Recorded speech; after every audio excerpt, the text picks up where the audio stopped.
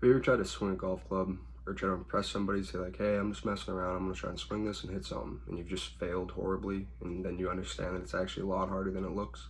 Well, in this video, I'm gonna show you guys exactly how to swing a golf club the partially correct way, and show you guys what type of club you want to use for any situation that you might be in. So step one of this process is choosing the right golf club. Depending on the distance you are from the green, choosing the right club for the swing can seem challenging. A good way to remember it though is that the higher numbered clubs, such as 8 and 9 right there, they are used for shooting for closer distances, anywhere between 125 yards to 40 yards, depending on if you're using a wedge club or not. If you are in the tee box, however, the driver is usually the best bet since it can shoot the farthest out of all the clubs. However, after the tee box, the lower numbered clubs, such as the 3-wood all the way to the 4-iron, will generally be more effective because they can close the distance to the green faster than the higher numbered clubs. Step 2 of this process is prepping for the swing, which means getting your feet and the club into position so that you have the best chance of hitting the ball where you want it to go. Now, for example, this club, which is a 9-iron, which is meant to be used for shorter distances, you want to have the club closer to your back foot more than anything. Not maybe right on it, depending on your comfort level, but closer to it.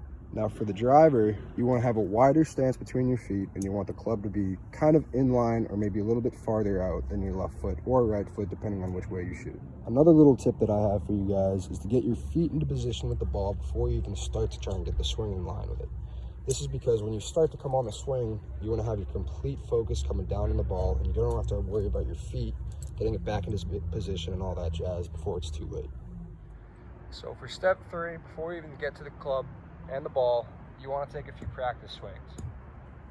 This allows you to get the feel of the stick that you're using. You can also anticipate what type of drive you want to use, how far you want to go, and where you want to aim it.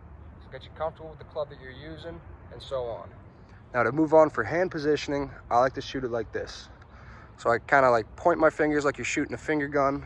Take your other pinky, wrap it around this, grab it around the rest of the grip of the club, and then stick your thumb in between your palm like this. That way you have a nice solid grip, because more often than not, sometimes people like to swing too hard and they let the club go loose in the air, and that's a hazard and that could seriously hurt somebody. So now it's time for the actual swing. Now, last piece of advice is you don't want to come down and hammer it as hard as you want. It's not exactly how it works, because this has some weight to it, and the more you let the club do the work, the better that your shot's going to be. So, now it's time for a shot.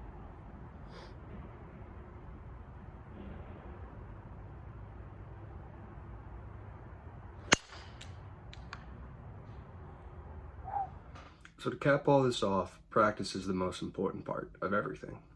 You're not going to get it on your first try. It's going to look ugly. It's going to look gross.